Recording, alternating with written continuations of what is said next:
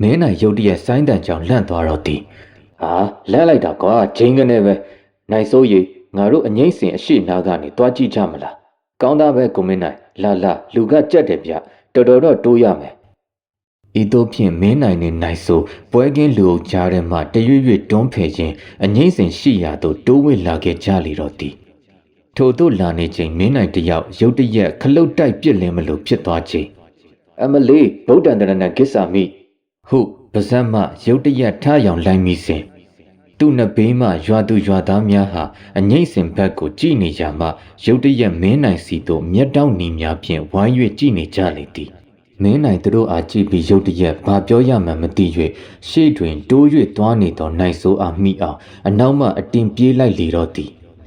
မင်းနိုင်တယောက်ရှေ့တွင်သွားနေသောနိုင်ဆိုးကြောပြင်အားမြင်နေရပေမဲ့နိုင်ဆိုးမှသူခေါ်နေသည်ကိုတစ်ချက်ပင်လှည့်မကြည့်ရှေ့ကိုသာစူးတိုက်တိုးရှို့သွားနေလေသည်နိုင်ဆိုးရေငါစောင့်မအောင်ကွမင်းနိုင်စက်တိုက်ခေါ်နေပေမဲ့နိုင်ဆိုးမှလှည့်မကြည့်ရှေ့ကိုသာတိုးယိုသွားနေတော့သည်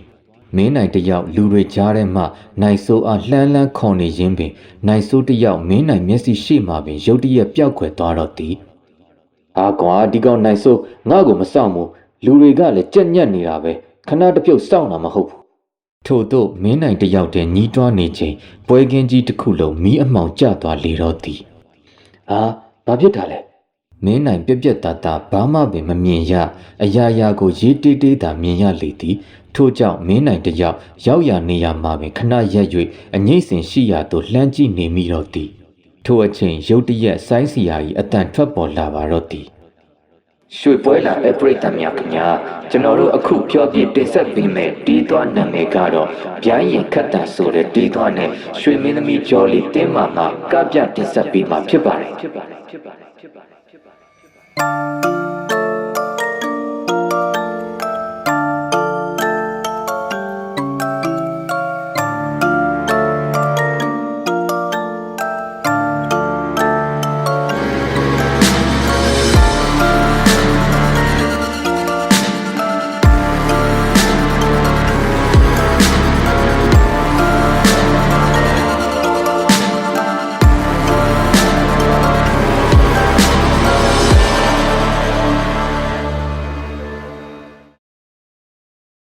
ကျညာချက်ကြားသည်နှင့်တပြိုင်နက်ပွဲလာပရိသတ်များအားရပါရဩဘာပေးကြလေသည်မင်းနိုင်တယောက်နိုင်ဆိုးကိုပင်တတိမရနိုင်တော့ပေရောက်ရနေရမှာပင်ရက်၍မင်းသမီးတင်းမာအကအလှအားစောင့်၍ကြည်နေမိလေတော့သည်အစိမ်းရောင်တောက်ဝင်းလက်ဖြင့်လှကျင်တိုင်းလှနေသောမင်းသမီးတင်းမာတယောက်တည်းကိုသာစလိုက်မိထိုးထားပြီးကြံနေရာတွေအမှောင်ချထားလျာမင်းသမီးတင်းမာ၏အလှမှာဆွဲမက်ဖွယ်ရာပင်ဖြစ်နေရှာတော့သည်မင်းနိုင်တယောက်လည်းမင်းသမီးတင်းမာအားကြည့်၍ပြုံးမိနေလေသည်တင်းမာနှင့်လူရှင်တော်များမှလည်းအချိတ်အဆက်မိဖြောပြနေလေသည်မင်းနိုင်ထို့သို့ပွဲကြည့်၍တပင်အပေါ်စိတ်ရောက်နေရမှရုတ်တရက်နိုင်ဆိုးအားတတိရသွားတော့သည်ထို့နောက်မင်းနိုင်ခြေပြားထောက်၍နိုင်ဆိုးအားရှေ့နောက်ဝိလေ၍ရှာနေတော့သည်ထိုစဉ်အငိမ့်စင်နှင့်ဝေးရအနောက်ပွဲကင်းဘက်တွင်နိုင်ဆိုးတယောက်ဝင်းစော်၏လှဲပေါ်သို့တက်၍ရွာထဲဘက်ကိုနွားလဲဖြင့်ပြန်သွားကြသည်ကိုမင်းနိုင်တွေးလိုက်ရတော့သည်ဟာနိုင်ဆိုးနှင့်ဝင်းစော်ဘာလို့ငါ့ကိုထားသွားတာလဲနိုင်ဆိုးကလည်းငါ့ကိုလုံးဝတတိမရပါလားလှဲ့တောင်မကြည့်ဘူးတော်တော်ညစ်ပတ်တဲ့ကောင်တွေကွာငါ့ကိုနေရစိမ်းကပွဲကင်းကြီးတဲ့တယောက်တည်းထားခဲ့စီရလားဟာကွာဒီကောင်တွေတော့မင်းနိုင်တယောက်ထို့သို့ရေရွတ်ပြီးပွဲကင်းဘက်ကိုပြန်အလှည့်မြင်လိုက်ရသောမြင်ကွင်းမှာပွဲကင်းတစ်ခုလုံးမှာလူအကုန်ထို့အပြင်အငိမ့်စင်ပေါ်မှလူတွေပါမကြံမင်းနိုင်အားစိုက်ကြည့်နေကြသည်ကိုသွေးပြတ်ထိတ်လန့်ပွင့်မင်းနိုင်တယောက်မြင်တွေ့လိုက်ရပါတော့သည်ထိုမြင်ကွင်းကြောင့်မင်းနိုင်ရုတ်တရက်မျက်လုံးပြူသွားသည်လူတွေအကုန်သူ့အားဘာကြောင့်ဝိုင်းကြည့်နေကြတာလဲဟုတွေးရင်ဇောကျွေးပါပြန်လာတော့လေသည်ထိုအချိန်စင်ပေါ်မှတင်းမာ၏နတ်ရှိုင်း၍ဟိန်းထနေသောအတန်တစ်ခုထွက်ပေါ်လာတော့သည်မင်းနိုင်နင်ဘာရီရှာနေတာလဲနင်ကငါတို့ပွဲတော်ကိုစိတ်မဝင်စားပဲဘာရီရောက်ရက်ခတ်နေတာလဲငါတို့ကိုနင်ကစော်ကားတာလားပြောတင်းမာဤကြောက်စရာကောင်းလွန်းလာသောအတန်နဲ့ကြီးထွက်ပေါ်လာတာကြောင့်ပွဲကင်းထဲမှမင်းနိုင်လွန်စွာကြောက်လန့်သွားလေတော့သည် မင်းနိုင်တယောက်ဘာပြောလို့ပြောရမှန်းမသိပွဲကင်းကြီးထဲမှာလူတွေရောတင်းမာပါမကြံအကုန်လုံးဟာပုံမှန်မဟုတ်ကြောင်းမင်းနိုင်တစတစဖြင့်တတိထားမိလာတော့သည်မင်းနိုင်စိတ်ထဲတွင်ဖျားစာကိုသာနာနာရွတ်ဖက်နေမိလေတော့သည်ထိုစဉ်ပွဲကင်းထဲမှလူများလေးဘက်ထောက်၍ပြေးလွှားနေကြပြီးတွေ့ရာကြောင်ကြိုကြောင်ကြားများသို့ဂမူးရှူးတို့ဝင်ကုန်ကြလေတော့သည်ထိုအချိန်စင်မြင့်ပေါ်မှလူရွှင်တော်များနှင့်တင်းမာမှမင်းနိုင်အားစိုက်ကြည့်၍ဝိုင်းလောင်ကြလေတော့သည်မင်းနိုင်နေငါကာရီရွတ်နေတာကိုမင်းအခုဘာဆက်လုံးပါလဲမင်းအခုဘာဖြစ်နေတယ်လို့နင်းထင်တယ်လေအေးငါအခုနင်းစီလာခဲ့မယ်တင်းမာဤထိုအတန်အားမင်းနိုင်ယူမတက်ကြောက်လန့်သွားလေတော့သည်ဖျားဘာတွေဖြစ်နေတာလဲငါဘာတွေဖြစ်နေတာလဲဒါတကယ်မဟုတ်ဘူးဒါတကယ်မဟုတ်ဘူးမင်းနိုင်တယောက်ကြက်တည်တည်၍တင်းမာအားစိုက်ကြည့်နေမိစဉ်အငိမ့်စင်မြင့်ပေါ်ရှိလွန်စွာချောမောလှပသောမင်းသမီးလေးအဖြစ်မှခြေတံလက်တံများအစမတန်ရှေ့ထွက်လာပြီးမျက်နှာမှာလည်းလွန်စွာကြောက်စရာအနေအထားသို့ပြောင်းလဲသွားပြီးမင်းနိုင်စီသို့ဥတီလာနေတော့သည်ခြေလန်းတလန်းဟာ10ပေလောက်ကွာပြီးပြုံးနေသောမျက်နှာကြီးဖြင့်ရင်မောလျက်မင်းနိုင်စီသို့ဥတီလာနေတော့သည်ထိုအချိန်မှကြက်တည်တည်နေသောမင်းနိုင်မှာအတိစိတ်ပြန်၍ဝင်လာပြီးစိတ်ဖုံးရွာဘက်ကိုစတင်ထွက်ပြေးလာခဲ့ပါတော့သည်အနောက်မှကစုံပေါက်ပြေးလွှားလိုက်လာသောတင်းမာကိုလှဲ့ကြည့်ဖြင့်ပြေးလာရှင်အရှိတွင်ရှိသောအရာတစ်ခုအားမျက်နှာချင်းဆိုင်ဝင်တိုက်မိပြီးမင်းနိုင်နောက်သို့ပက်လက်လန်လဲကျလေတော့သည်ထို့သို့မင်းနိုင်ဝင်တိုက်မိသောအရာမှာခုနအငိမ့်စင်ပေါ်မှလူရွှင်တော်များပင်ဖြစ်နေတော့သည်ထိုအရာအားမင်းနိုင်မြင်သောကြောက်လန့်၍ငယ်တန်းပါအောင်ထအောင်မိလေတော့သည်ကဲကြပါဦးမင်းနိုင်တယောက်မျက်ရည်များပင်ဖြိုင်ကြလျက်ဘယ်ပြေးလို့ပြေးရမယ်မသိနောက်မှလည်းတင်းမာကိုယ့်ရုပ်ကာယအနေအထားဖြင့်လိုက်လာနေလေသည်သို့ပင်မဲ့မင်းနိုင်ဝင်တိုက်မိသောလူရွှင်တော်များမှမင်းနိုင်အားအန္တရာယ်မပြုဘဲတောင်ဘက်စွန်းရှိလမ်းသွယ်လေးစီသို့လက်ညှိုးညွှန်ပြလေသည်မင်းနိုင်လည်းလဲကျနေရာမှအမြန်ကုန်းထ၍ညွှန်ပြနေသောလမ်းဘက်သို့ဥတီပြေးလာလေသည်ထိုစဉ်မင်းနိုင်တယောက်အနောက်သို့လှည့်ကြည့်လိုက်လေရာတင်းမာလမ်းညွန်ပေးခဲ့သောလူရွှင်တော်များအားဒေါသတကြီးဖြင့်အော်ဟစ်ချေမှွဖြစ်စည်းပစ်လိုက်သည်ကိုမင်းနိုင်လှမ်းမြင်လိုက်ရတော့သည်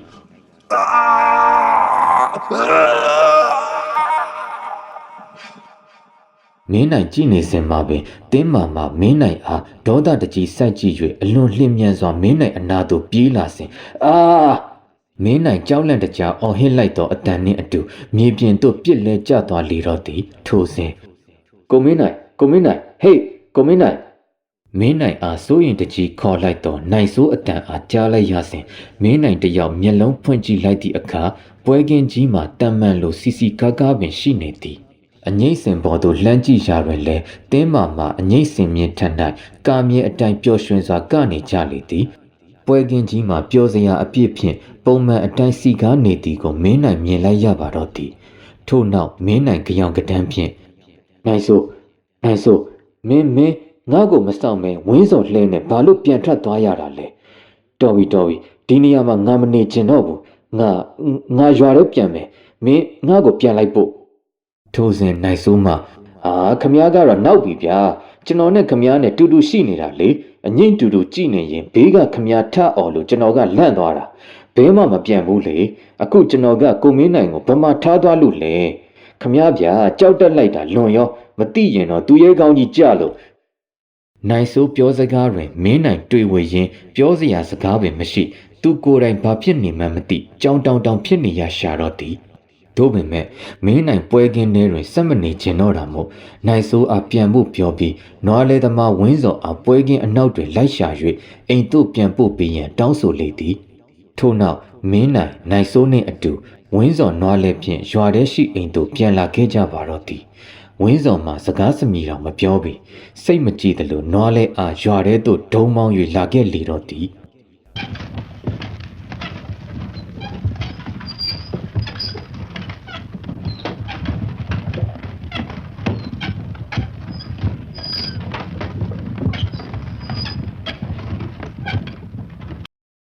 အိမ်ဝင်းအတွင်းသို့ရောက်တော့ဝင်းဆောင်မှ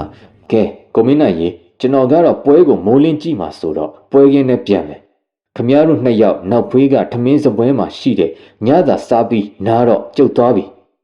ဝင်းစော်စကားခက်ပြက်ပြက်ပြောဆိုပြီးနွားလဲဖြင့်ပြန်ထွက်သွားလေတော့သည်ထိုစဉ်နိုင်ဆိုးမှကဲပါကွန်မင်းနိုင်ရစိတ်ထဲဘာမှထားမနေနဲ့ကျွန်တော်လည်းပွဲမကြည့်ရလို့ဘာမှမဖြစ်ဘူးဘိုက်စာနေတာနဲ့အတော်ပဲလာလာညစာစားရအောင်ဟုတ်မင်းနိုင်အားစိတ်ပြေအောင်ပြောကူရင်ညစာအတူစားကြလေတော့သည်ညစာစားနေစဉ်မင်းနိုင်မှနိုင်ဆိုးရီငါတခုစဉ်းစားမိတာလေဒီဟင်းတွေကကုံလဲမကုံဘူးနော်ငါတို့စားနေတာပဲဘယ်နည်းရရှိနေပြီလဲကုံလဲမကုံတိုးလဲမတိုးဒီအကောင်ရှိသားလဲခုတိမကုံတယ်လို့ပဲကွာထိုစဉ်နိုင်ဆိုးမှကိုမင်းနိုင်ကတော့လုတ်ပြီဗျာ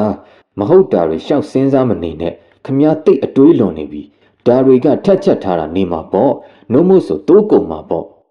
ခမည်းစားပြီးရင်တော့အနားယူမှာဖြစ်တော့မယ်ပင်မပြီးခမည်းအတွေးတွေအရန်လွန်နေပြီကဲပါစားလိုက်အောင်မနှက်ဖြန်ဆိုကျွန်တော်တို့အောင်လံကုန်းကိုစောစောသွားကြတာပေါ့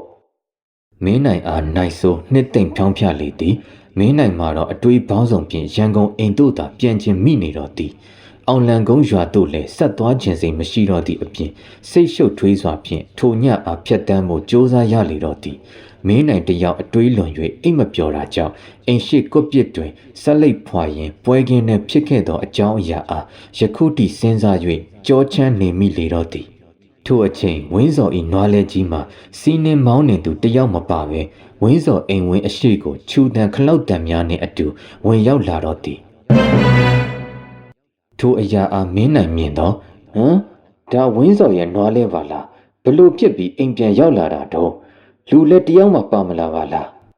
ထို့သို့တယောက်တည်းညီးတွားနေခြင်းအိမ်ထဲရှိနိုင်ဆိုမှဝစ်ကောင်းစားလာများဝစ်စားပြီးကြော့ကြော့မော့မော့ထွက်လာလေတော့သည်နိုင်ဆိုအားမင်းနိုင်လှမ်းမြင်လိုက်ရခြင်းဟေ့ရောက်နိုင်ဆိုဒီညကြီးအချိန်မတော်အဝတ်အစားတောက်တောက်ပြောင်ပြောင်တွေနဲ့ဒါကဘယ်ကိုသွားမလို့လဲမင်းနိုင်အတန်ကြားတော့နိုင်ဆိုမှ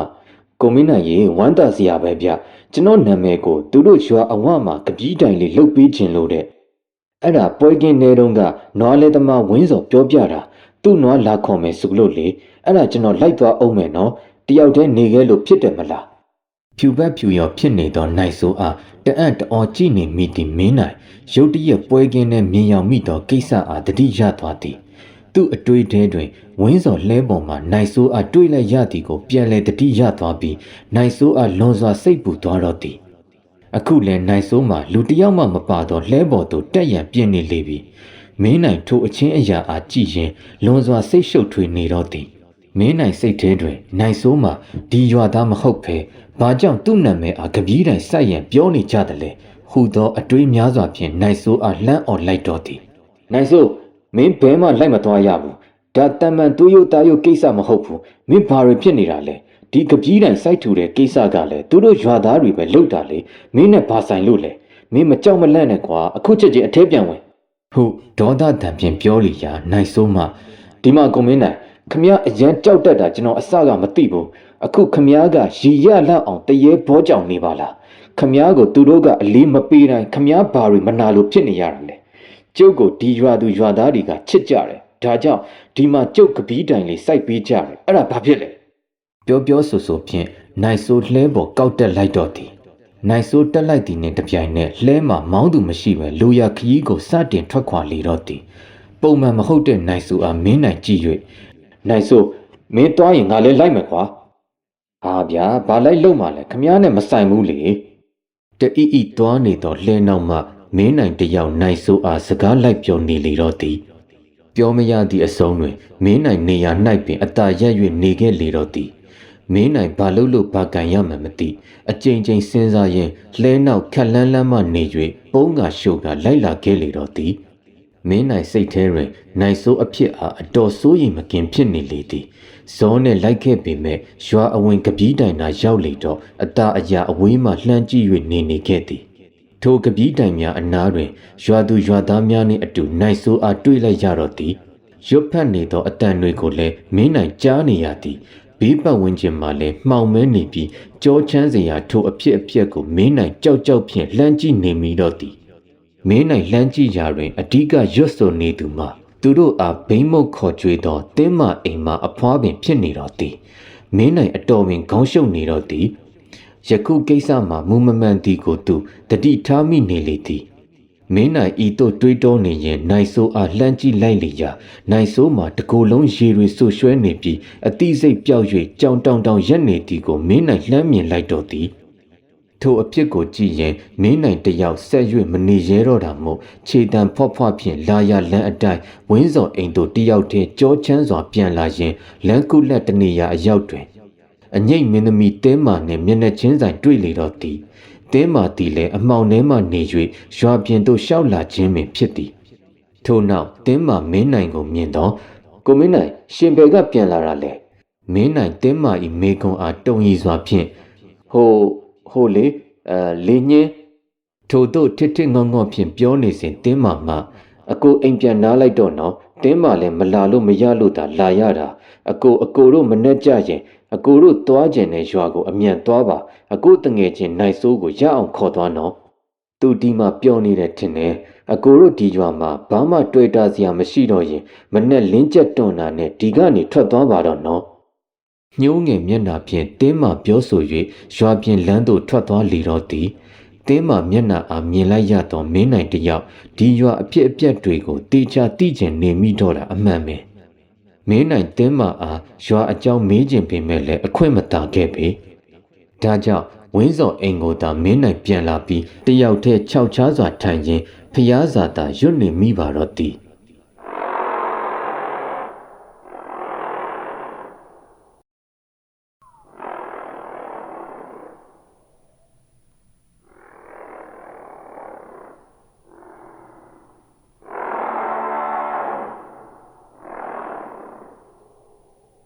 မိုးလင်းဖို့လည်းတိတ်မလူတော့တာကြောင့်မင်းနိုင်တယောက်မအိပ်တော့ပဲအထုပ်အပိုးအားမနှက်ခရီးဆက်နိုင်ရန်ပြင်ဆင်လေတော့သည်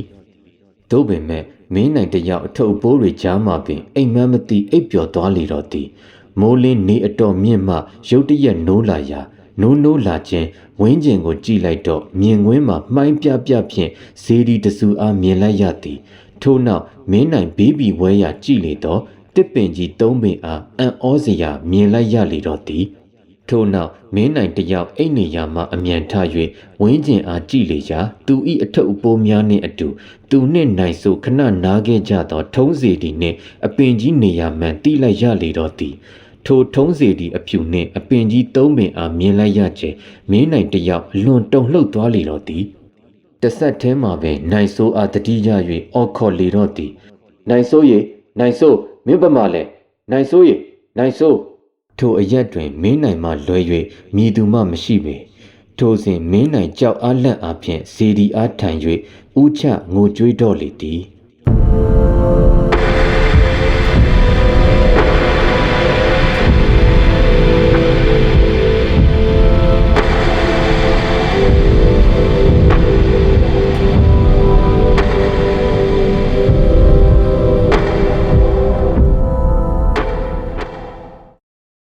မင်းနိုင်တယောက်နေအောင်ပြင်းပြင်းအောက်တွင်လေဆန်ကဲ၍စူးရှဝင်းလက်နေသောထုံးဖြူစေတီအားမျက်ရည်စာများဖြင့်မျက်မှောင်ကျုံဖူးမြော်ရင်းကျွန်တော်မျိုးဘာဖြစ်နေတာလဲဗျာကျွန်တော်မျိုးဘယ်အရက်ကိုများရောက်နေတာလဲကျွန်တော်ဟာလူသားတယောက်ကိုဟုတ်ပါသေးရဲ့လားကျွန်တော်မိတ်ဆွေနိုင်ဆိုးအဘယ်အရက်တို့ရောက်နေပါသလဲဗျာကျွန်တော်မျိုးကိုကဲပါအောင်ကျွန်တော်မိတ်ဆွေကိုလည်းကဲနိုင်အောင်နီးလန်းပေးပါအောင်အရှင်ဗျာဟုတ်မင်းနိုင်တယောက်ထုံးဖြူစေတီအားတိုင်တယ်၍ငိုကြွေးနေမိတော့သည်ထိုအချိန်ချူတန်ခလောက်တန်များနှင့်ဝင်းစော်ဤနွားလင်းမှမင်းနိုင်အနောက်သို့တရွေ့ရွေ့ရောက်လာပါတော့သည်ထိုချူတန်ကြောင့်မင်းနိုင်အနောက်ဘက်သို့လှည့်ကြည့်လိုက်လေရာနွားများဤနီရဲတောက်ပနေသောမျက်လုံးတွေကြောင့်မင်းနိုင်စိတ်ပြက်လက်ပြက်ဖြင့်ထက်မှန်ငိုကြွေးလေသည်တော်ကြပါတော့မင်းတို့ငါ့နားကထွက်သွားကြပါတော့ဟုငိုကြွေးပြောဆိုရင်းမင်းနိုင်တခုတတိရသွားလေသည်ငါနိုင်ဆိုးနဲ့တင်းမာကိုတွားကင်မှဖြစ်မယ်ဟုတ်တယ်ငါတွားမယ်ငါစိတ်ဖုံးရွာကိုပြန်သွားရမယ်မင်းနိုင်ထို့သို့တွေးရင်ဝင်းစော်နွားလဲအပေါ်အလင်းစလို့ပြေးတက်လိုက်တော့သည်ထို့နောက်မင်းနိုင်နွားလဲအားလာရမသိတရှိန်တို့မောင်းနေလာပါတော့သည်မင်းနိုင်ဘာကုန်မှမစင်းစားတော့ပဲရွာရှိသည်ကိုထင်ရသောအရက်အားဥတီမောင်းနေလာတော့သည်လမ်းခုလက်တွင်လည်းအနက်ရောင်ခွေးကြီးများမှအပြင်းနှင်လာသောလှဲအားကြည့်၍ဆွဲဆွဲငင်ငင်ဥနေလေကြသည်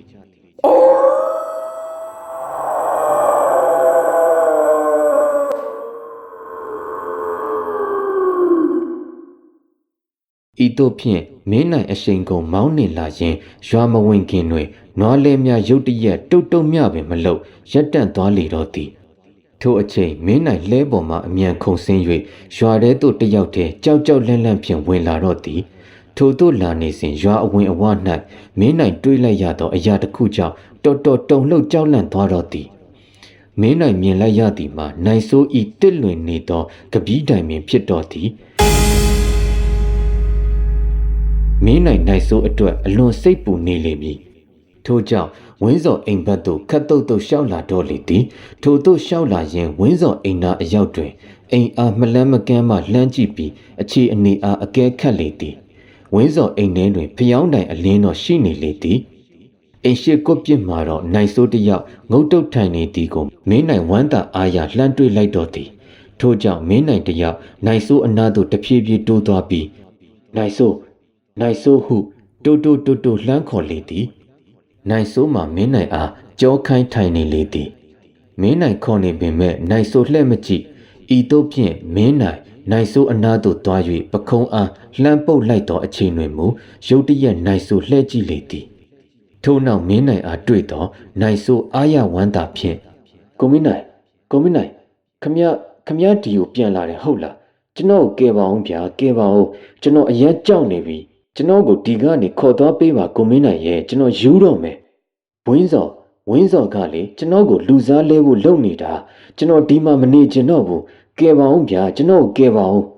ဟူ၍မင်းနိုင်အားဖက်၍ငိုရှာလေတော့သည်ထိုစဉ်မင်းနိုင်မှနိုင်ဆိုးအားမပူနဲ့နိုင်ဆိုးငါတို့ဒီကနေရအောင်ထွက်သွားကြမယ်ငါပြန်လာတာမင်းကိုမထားခဲ့နိုင်လို့ပြန်လာခေါ်တာငါတို့ဒီရွာကနေထွက်သွားကြရအောင်ထို့သို့မင်းနိုင်ပြောဆို၍နိုင်ဆိုးလက်အားဆွဲကန်၍ထွက်ပြေးဖို့အထခြံအဝသို့လှမ်းကြည့်လိုက်ရာကိုမင်းနိုင်ဟိုမှာမင်းနိုင်ဆိုးလက်ညှိုးညွန်ပြရာသို့ကြည့်လိုက်သောအချိန်တွင်ခြံအဝ၌တင်းမအိမ်မအဖွားမှာသူတို့နှစ်ယောက်အားပြုံးကြည့်ရက်၍စိုက်ကြည့်နေလေတော့သည်ထိုမြင်ကွင်းကြောင့်မင်းနိုင်အလွန်ထိတ်လန့်သွားပြီးနိုင်ဆိုးနှင့်အတူဝင်းစော်ဤတဲအိမ်တဲသို့ကြောက်အားလန့်အားဖြင့်ဝင်ပြေးကြလေတော့သည်အကြောက်လွန်နေကြတာမို့စဉ်းစားချိန်မရပဲပြေးမိပြေးရပြေးခဲ့ကြပြီးအခန်းဤတောင်းတနေရာတွင်အတန်တိတ်၍မင်းနိုင်နှင့်နိုင်ဆိုးပုံးနေရရှာတော့သည်တင်းမအိမ်မအဖွားမှလည်းမင်းနိုင်တို့ဝင်ပြေးလာသောဝင်းစော်အိမ်သားသို့တရွေ့၍ရင်မောလျက်လာနေတော့သည်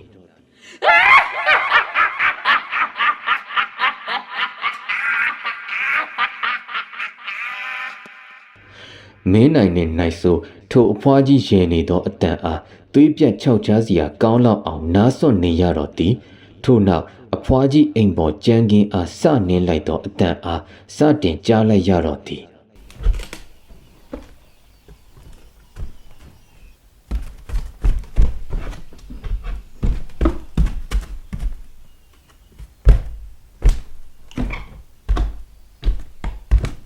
အဖွားကြီးဤကြမ်းကင်းအားနင်းလိုက်သောခြေတံအားကြားလိုက်ရုံဖြင့်နိုင်ဆိုးရောမင်းနိုင်မှလိပ်ပြလွင်မတက်ကြောက်လန့်သွားကြတော့သည်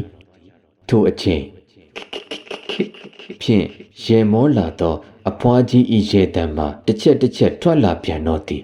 ထို့နောက်တုံရီအတန်ဖြင့်ဟဲ့မြို့သားနှစ်ယောက်ထွက်ခဲ့ကြစမ်းနင်တို့ထွက်လာမလားငါဝင်လာရမလားထွက်အခုထွက်မင်းနိုင်နင်းကိုလည်းငါကတပီးတိုင်စိုက်ပြီးမှလေနင်တို့ဒီရွာမှာမပြောကြဘူးလားလာကြပါထွက်လာကြပါကဲထွက်မလာဘူးလားဒါဆိုငါဝင်လာရမယ်ပေါ့ဟုတ်လားလာပြီနော်ငါဝင်လာပြီနော်အဖွားကြီးအိမ်ခန်းထဲသို့တရှိန်တို့ပြေးဝင်လာတော့သည်အခန်းထဲရောက်သောအချိန်တွင်ဟေးမိပြီဟမ်ဒီကောင်နှစ်ကောင်ဘယ်ရောက်သွားတာလဲအဖွားကြီးမှမိပြီအထင်ဖြင့်အခန်းထဲဝင်သွားပင်မဲ့နိုင်ဆိုးနှင့်မင်းနိုင်နှစ်ယောက်စလုံးအားအခန်းထဲ၌မတွေ့ရတော့ပေထို့စဉ်အဖွားကြီးဤဒေါသမှအထွတ်အထိပ်သို့ရောက်ခဲ့လေတော့သည်ဟာဒီနှစ်ကောင်ဘယ်ပြေးသွားတာလဲငါလက်ကပြေးရင်လွတ်မတည့်လားကြောက်စရာအတန်နဲ့ကြီးဖြင့်အော်ဟစ်တောင်းကျမ်းပြီးထွက်ပြေးသွားသောမင်းနိုင်တို့နှစ်ယောက်စီသို့ခြေရခံလိုက်ရှာလေတော့သည်မင်းနိုင်နှင့်နိုင်ဆိုးနှစ်ယောက်အားနောက်ဖွေးပေါင်းမှနေ၍ခေါ်ထုတ်ပြေးလာသောတင်းမာမှာအကိုမင်းနိုင်ရှင်တို့ကိုကျမပြောစရာရှိတယ် အဖွားကရှင်တို့ကိုလုံးဝအလွတ်ပေးမှာမဟုတ်ဘူးရှင်တို့ဒီကနေလွတ်ဖို့နီးလန်းကတခုပဲရှိတယ်တင်းမအပြောတွင်မင်းနိုင်မှကျုပ်တို့အခုဘဲကိုရောက်နေတာလဲကျုပ်တို့ကအသက်ရှိသေးရဲ့လားကျုပ်တို့ကိုပြောပြပါကျုပ်တို့ဒီရွာကိုဘာလို့ရောက်လာရတာလဲလုံးဝနားမလည်တော့ဘူးနိုင်ဆိုးမှာတော့မင်းနိုင်ဘေးမှာစိတ်ဆင်းရဲစွာဖြင့်တင်းမအဖြစ်အားနားထောင်နေလေတော့သည်ထိုစဉ်တင်းမတယောက်ကျမရှင်တို့ကိုပြောလိုက်ရင်ကျမကိုအဖွားကဒီတိုင်းထားမှာမဟုတ်တော့ဘူးဒါပေမဲ့ရှင်တို့လွတ်အောင်ပြေးလို့ရသေးတယ်ရှင်တို့ဘလို့ဖြစ်ပြီးဒီရောက်လာရတာလဲဆိုတာကျမပြောပြမယ်ရှင်တို့ဒီရွာကိုလာတဲ့အချိန်လမ်းမှာရှင်တို့စီးလာတဲ့တင်းမောဝဲကရက်တဲ့ပါပြီးတိမ်မောက်ခဲ့တယ်တင်းမောပေါ်ပါလာတဲ့သူတော်တော်များများစုံပါသွားကြတယ်ရှင်တို့နှစ်ယောက်ကဒီနေရာကိုနန်းအနေနဲ့ရောက်လာကြတာရှင်းရှင်းပြောရရင်ဒီရွာကလူတွေအများကြီးခုလိုဘေးတွေ့စုံပါပြီးရောက်လာရင်အငိမ့်ပွဲလှုပ်ပြီးလူစားလဲဖို့လိပ်ပြနှုတ်ဆိုင်ဗျိုင်းရင်ခတ်တန်နဲ့ကြိုးဆိုကြတယ်လူစားလဲနိုင်ဖို့လဲကြိုးစားကြတယ်ဝင်းစော်အပါဝင်ပေါ့ဒီရွာကိုရောက်ပြီးမှအသက်ရှင်လျက်ပြန်သွားကြရတဲ့လူတွေလည်းရှိခဲ့ဘူးတယ်ပြီးတော့လူစားလဲတဲ့ကပီးတိုင်လေးကတစ်လွန်နေလို့ရှိရင်လူစားလဲတာမအောင်မြင်သေးဘူးအဲ့ကပီးတိုင်လေးဟောင်းနှမ်းသွားကမှလူစားလဲမှုအောင်မြင်တယ်အဲ့ဒီကပီးတိုင်ဟာတကောင်ကြော်သွားရင်တော့သူ့အလိုလိုဟောင်းနှမ်းသွားတယ်ဒါကြောင့်ရှင်တို့ကအသက်ရှင်နေသေးတယ်ဆိုတာကျမသိတယ်ကျမရှင်တို့ကိုကဲတင်နေတာကျမအကုသို့ကိုကျမပဲဒီဘဝမှာအပီးပေးဆက်ခြင်းတယ်နောင်ဘဝကိုကျမကုသိုလ်ပြုနိုင်တဲ့သူတစ်ယောက်ဖြစ်ရင်ကျမကျေနပ်ပြီဒါကြောင့်ကျမရှင်တို့ကိုကဲနေတာကျမပို့လို့ရတဲ့နေရာအထိကျမလိုက်ပို့ပေးမယ်အဲ့ဒီကနေရှေ့ဆက်သွားဖို့ကတော့ရှင်တို့ကံမယ်ဟုတင်းမာပြောပြပြီးချိန်တွင်မင်းနိုင်မှတင်းမာခမည်းကျွန်တော်တို့နဲ့အတူတူလိုက်ခဲ့လို့မရဘူးလားကျွန်တော်ခမည်းကိုမထားခဲ့နိုင်ဘူးမင်းနိုင်တင်းမာအားတန်ရောစဉ်ဖြစ်နေလေပြီတင်းမာအားထားခဲ့ဖို့ရာမင်းနိုင်ဝင်လင်းနေတော့သည်ထိုစဉ်နိုင်ဆိုးမှကိုမင်းနိုင်တင်းမာနဲ့ကျွန်တော်တို့နဲ့ကဘဝကချားနေပြီအခုကျွန်တော်တို့လွတ်မြောက်ဖို့တင်းမာကကူညီပေးနေတာအချိန်မနှောင်းခင်ကျွန်တော်တို့အမြန်သွားရအောင်ဗျာဟူ၍တုံတုံရီရီပြောလေတော့သည်တင်းမာမှလည်းဟုတ်တယ်ကိုမင်းနိုင်ကျမကိုစိတ်မပူပါနဲ့ကျမကဝတ်ကြွေးတွေဆက်ရအောင်ပါရှင်တို့အတွက်ကအချိန်မရှိတော့ဘူးကျမတခုပြောမယ်ရှင်တို့ကိုကျမလမ်းစုံလမ်းကွာလေးတနေရာပြမယ်အိမ်နားထိပဲကျမလိုက်ပို့လို့ရမယ်အိမ်လမ်းကြော်ရင်ကျန်တာရှင်တို့ကံမယ်လာကျမတို့သွားကြရအောင်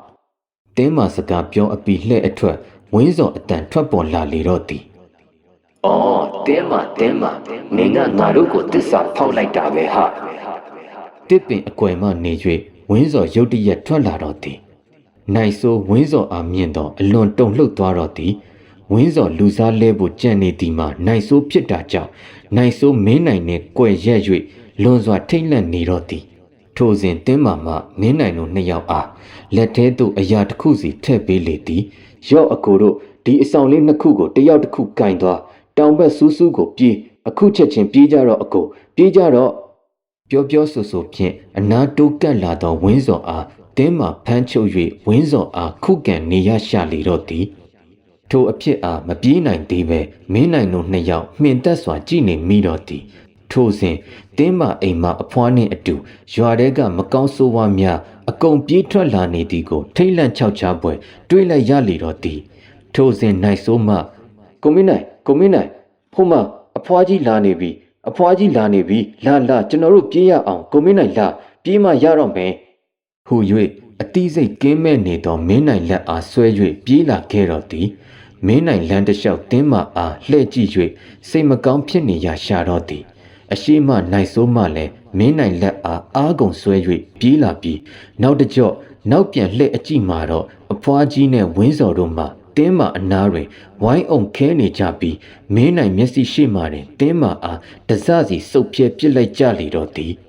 ဖျားဖြစ်မှဖြစ်ရလေတင်းမာရဲ့မင်းနိုင်မျက်ရည်စများဖြင့်အကြိမ်ကြိမ်ရေရွတ်ရင်အားကုန်ပြေးထွက်လာပါတော့သည်လမ်းတစ်လျှောက်လုံးတင်းမာအဖြစ်ပြက်အားမင်းနိုင်မျက်စိထဲမှမထွက်ပေလက်ထဲတွင်လည်းတင်းမာပေးလိုက်သောအဆောင်လေးအားကြစ်ပါအောင်ကိုင်ဆောင်လာပြီးပြေးလာခဲ့ကြလေရာမလန်းမကန်းတွင်လမ်းနှစ်ခွဆုံအားမင်းနိုင်နှင့်နိုင်ဆိုးတို့တွေးလိုက်ကြရတော့သည်လမ်းစုံတွင်ရက်ဘယ်လမ်းကသွားရမယ်ဆိုသည်ကိုမင်းနိုင်ရောနိုင်ဆိုးပါမသိကြပေတင်းမာပေးလိုက်တဲ့အဆောင်လေးကြောင့်လာတော့မပြောတတ်ပေမဲ့နောက်ကနေလိုက်လာသူဘသူကိုမှမတွေ့ရသေးပေထိုအချိန်နိုင်ဆိုးမှကိုမင်းနိုင် ကျွန်တော်တို့ဘယ်လန်းကိုသွားရမှာလဲပြောပါအောင်ကျွန်တော်အရန်ကြောက်နေပြီမင်းနိုင်လည်းနိုင်ဆိုးအားစကားပင်မပြန်နိုင်လမ်းနှစ်ခုအားကြောင်၍ရက်ကြည့်နေလေတော့သည်ထိုအချိန်မင်းနိုင်ရုတ်တရက်ပွဲကင်းထဲမှဖြစ်ခဲ့သောအဖြစ်အပျက်အားမြင်ရောင်မိလေတော့သည်ပွဲကင်းထဲသူကြောင်6ချမ်းမြင်ရောင်တုံးကလူရွှေတော်တွေညွန့်ပြတဲ့လမ်းကညာဘက်မှလမ်းဖြစ်နေသည်ကိုမင်းနိုင်တတိရသွားသည်ထိုစဉ်နိုင်ဆိုးလက်အားဆွဲ၍မင်းနိုင်ထိုလမ်းအတိုင်းပြေးလာတော့လေသည်လမ်းထဲသို့အတော်ဝင်လာပြီးသောအချိန်တွင်ရှေ့နောက်အရှိန်ပြင်းပြင်းနှင့်စီးဆင်းနေသောမြစ်တစ်စင်းသာရှိလေတော့သည်ဆက်သွားစီရလဲလမ်းစာရှိမနေပဲမြစ်တစ်ခုသာရှိနေလေတော့သည်ထိုအချိန်နိုင်ဆိုးမှကိုမင်းနိုင်ကျွန်တော်တို့ဘာဆက်လုပ်ကြမလဲလမ်းမှားလာတာလားရှေ့မှာမြစ်ကြီး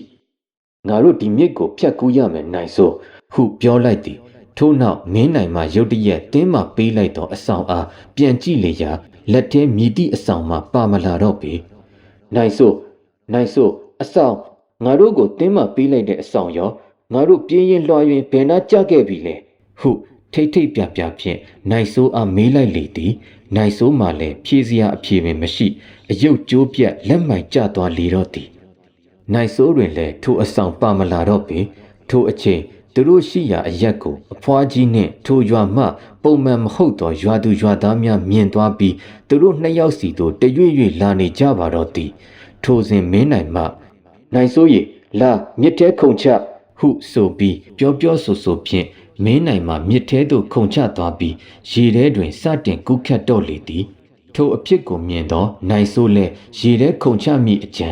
သူ့ခြေထောက်အားတစ်ခုခုဆွဲထားသလိုဖြစ်နေပြီးကုန်းပေါ်တွင်ဘုံကနေလဲကျသွားလေတော့သည်ကိုမင်းနိုင်ကဲပါအောင်ကိုမင်းနိုင်ရေကဲပါအောင်ဗျာကျွန်တော်ကိုဝိုင်းဆွဲထားကြပြီကိုမင်းနိုင်ဆိုဤကြောက်လန့်တကြားအော်ဟစ်သောထိုအတန်ကြောင့်မင်းနိုင်ရေထဲတွင်ကူးခတ်နေရင်နောက်ပြန်လှမ်းကြည့်လိုက်သည့်အချိန်တွင်ဝင်းစော်နှင့်ထိုရွာမှလူများကနိုင်ဆိုအားဝိုင်းဆွဲထားကြပြီးကုတ်ဖက်နေကြလေတော့သည်မင်းနိုင်ထိုအဖြစ်ပြက်အားမြင်ချင်းမှာပင်စိတ်တက်လွန်စွာကျသွားလေတော့သည်နိုင်ဆိုမင်းနိုင်ဆိုနာမည်အားအကျဉ်းချင်းအော်ခေါ်နေစဉ်မှာပင်ထိုလူအုပ်ကြီးမှနိုင်ဆိုအားဝါးမြို့သွားလေတော့သည်ထိုအဖြစ်ပြက်အားရေထဲမှမင်းနိုင်လှမ်းကြည့်ရင်သွားပါပြီနိုင်ဆိုရဲ့ဒီအထိရောက်လာခဲ့ပြီးမှကွာဟုတ်ရေရွတ်ရင်နိုင်ဆိုဤကြောက်လန့်ရုန်းကန်နေတဲ့မျက်နှာကိုနောက်ဆုံးအချိန်မြင်လိုက်ရပါတော့သည်နိုင်ဆိုမင်းနိုင်ကိုအာကိုတကြီးလှမ်းခေါ်ပင်မဲ့မင်းနိုင်ကဲဖို့ကဘလို့မှမဖြစ်နိုင်တာမို့မျက်နှာလွှဲခဲ့ရပြီးရှေ့ဆက်သာကူးခန့်လာပါတော့သည်တော်တော်လှမ်းအရောက်မှနောက်ပြန်လှည့်ကြည့်လေရာအဖွားကြီးရောရွာသူရွာသားတွေပါရွာဘက်သို့ပြန်လှည့်သွားသည်ကိုလှမ်းမြင်လိုက်ရပါတော့သည်မင်းနိုင်တယောက်စိတ်မကောင်းဖြစ်လွန်းလို့ကူးနေရင်းပင်မျက်ရည်ဖြန်ကျလေတော့သည်ထိုစဉ်ကူးခန့်နေစဉ်အတွင်းမှာပဲသူ့နဘေးနားတွင်လူသေးကောင်အလောင်းများတစပေါ်၍လာနေပါတော့သည်မင်းနိုင်တယောက်ထိုအလောင်းများအားကြောက်ဖို့ပင်အင်အားမရှိတော့ပေအလောင်းတွေကိုလက်ဖြင့်တွန်းကဖဲကရှေ့သို့ကူးခန့်နေပါတော့သည်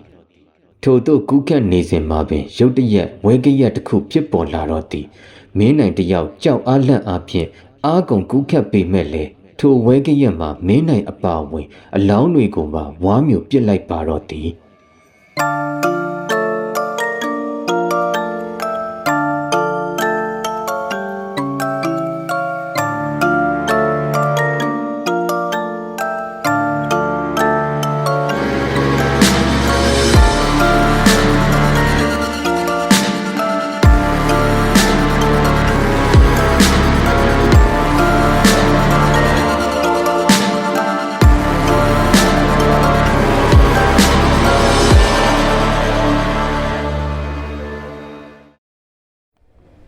မှောင်မိုက်လွန်းသောနေရာတွင်အလင်းရောင်တဲ့ဆူဆူညံ့ညံ့လူတန်တွေနှင့်အတူမင်းနိုင်တယောက်တိုက်နေစေးရုံတစ်ခုတွင်တတိယနိုးထလာပါတော့သည်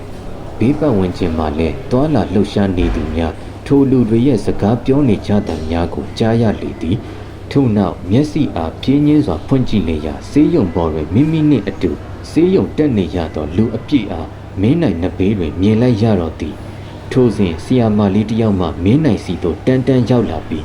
အကိုတတိယလာပြီလားနေရတာဘလို့ရှိလဲမူးတာနာကျင်တာတွေရှိလားရှင်ထဲမှာရောနေရတာကောင်းရဲ့လားမင်းနိုင်ဆီယာမာလေး၏အမေအားခေါင်းညိခေါင်းခါသာလှုပ်ပြပြီးဘယ်ဘက်မှကတင်အားလှမ်း၍ကြီးလိုက်ချိန် နိုင်ဆိုးဤအသက်မဲ့နေသောခန္ဓာကိုယ်အားရုတ်တရက်တွေ့ရလေတော့သည်မြင်မြင်ချင်းမှာပဲမင်းနိုင်ရုတ်တရက်ကုန်းယုံထပြီးနိုင်ဆိုးအလောင်းအားဖက်၍ငိုကြွေးလေတော့သည်နိုင်ဆိုးရဲ့ငါတကယ်တောင်းပန်ပါတယ်ကွာငါမင်းကိုမထားခဲ့တင့်ပါဘူးငါ့ကိုခွင့်မလွတ်ပါနဲ့ငါရင်တွေနာလိုက်တာထို့သို့ဝမ်းနည်းစွာငိုကြွေးနေစဉ်ဆေးရုံမှနိုင်ဆိုးအလောင်းအားလာ၍တည်သွားလေတော့သည်မင်းနိုင်တယောက်စိတ်မချမ်းမြေ့မှုများစွာနဲ့ကတင်ပေါ်တွင်ခေါင်းလိုက်ဆက်၍သာထိုင်နေမိပါတော့သည်ထို့အချိန်မင်းနိုင်ပကုံးအားလူတယောက်နောက်မှလာ၍ပုတ်လေသည်မင်းနိုင်ရုတ်တရက်ဘဒူလဲဟုသောအတွေ့ဖြင့်နောက်လှည့်ကြည့်လိုက်စဉ်ရုတ်တရက်အဖြေရှာမရပဲတဖြည်းဖြည်းဖြင့်အံ့ဩစွာကြည်ရင်မှထအောင်မိလေတော့သည်ဟာခမည်းမင်းနိုင်တွေးလိုက်သူမှာမင်းနိုင်ပထမဆုံးအိမ်မက်ထဲတွင်မြင်ခဲ့ရသောတကူလုံးရင်များရွှဲဆိုနေသည့်မိန်းမပင်ဖြစ်ပေတော့သည်ကျမနာမည်ခက်ခက်ဝေပါရှင်အကိုကျမကိုမှတ်မိလားမင်းနိုင်ကြောက်လန့်တကြားဖြင့်ခမည်းဟိုရွာမှာတွေးခဲ့တဲ့သူမဟုတ်လားခမည်းကလူလားဒီကိုဘလို့ရောက်နေတာလဲဟုခက်ခက်ဝေအားတုံရီစွာမေးလေသည်ခက်ခက်ဝေမှကျမကတင်းမောအတူတူစီးခဲ့ကြတဲ့ခရီးသည်တွေပါတင်းမောမှောက်တော့ကျမလည်းအိမ်ရွာကိုရောက်ခဲ့တယ်ကျမရှင့်ကိုအိမ်ရွာမှာတွေ့တော့ကယ်ဖို့ပြောပြဖို့ကြိုးစားပါသေးတယ်ရှင်ကျမကိုတွေ့တဲ့အချိန်မှာကျမတယောက်တည်းပြေးနေရပြီလေအခုတော့ကျမလည်းလွတ်မြောက်လာပါပြီကျမနိုးလာတော့ဒီကလူတွေကိုပြောပြပါသေးတယ်ဘယ်သူမှမယုံကြဘူးလေကျမလေငရဲဆိုတာကြီးကိုတကယ်အယမ်းကြောက်သွားပြီကျမကြံတဲ့ဘဝကိုလူကောင်းအဖြစ်နဲ့ဖြတ်တန်းသွားပါတော့မယ်ကျမဒီနေ့ဆေးရုံကဆင်းရပြီမို့အကိုကိုလာနှုတ်ဆက်တာပါဘေးကတင်ကအကိုမိတ်ဆွေအတွက်လဲကျမစိတ်မကောင်းပါဘူးရှင်တို့တတိပြန်မရလာခင်ဆေးရုံမှာအတော်လေးရှင်တို့အသက်ကိုလူလိုက်ရတယ်ရှင်ကတိတ်မစိုးပင်မဲ့ဟိုဘက်ကအကိုကဘလို့မှကင်မရတော့ဘူးကဲပါကျမပြောတာတွေကြောင့်အကိုစိတ်ညစ်နေပါဦးမယ်ကျမသွားပြီနော်ပြောဆိုဖြင့်ခက်ခက်ဝင်မှသူ့မိသားစုနှင့်အတူမင်းနိုင်ရှိမှထွက်ခွာသွားလေတော့သည်ကတင်ပေါ်ရှိမင်းနိုင်ခမည်းနိုင်ဆိုးနှင့်တဲမာတို့ကိုမြင်ရောက်နေမိပြီးစိတ်ထိခိုက်၍ငိုကြွေးနေမိလေတော့သည်ထို့နောက်ဆေးရုံတွင်ညအိပ်ပြီးဆေးရုံကနေဆင်းခွင့်ရသည်နှင့်တပြိုင်နက်ရုံးမှအကူအညီဖြင့်မင်းနိုင်တယောက်ရန်ကုန်သို့ပြန်ရောက်လာပါတော့သည်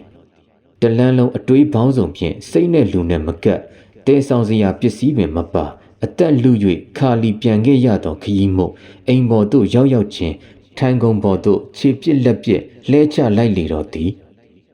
ထို့နောက်မင်းနိုင်တယောက်ရေမိုးချိုညစာစားပြီးအိပ်ယာဝင်ခဲ့ပါတော့သည်ပင်ပန်းလာတာကြောင့်နှစ်ချက်အိပ်ပျော်သွားခဲ့ပြီးအိမ်ရှိမှကားဟွန်းအဆက်မပြတ်တီးနေတန်ကြောင့်မင်းနိုင်ရုတ်တရက်လန့်နိုးလာခဲ့လေသည်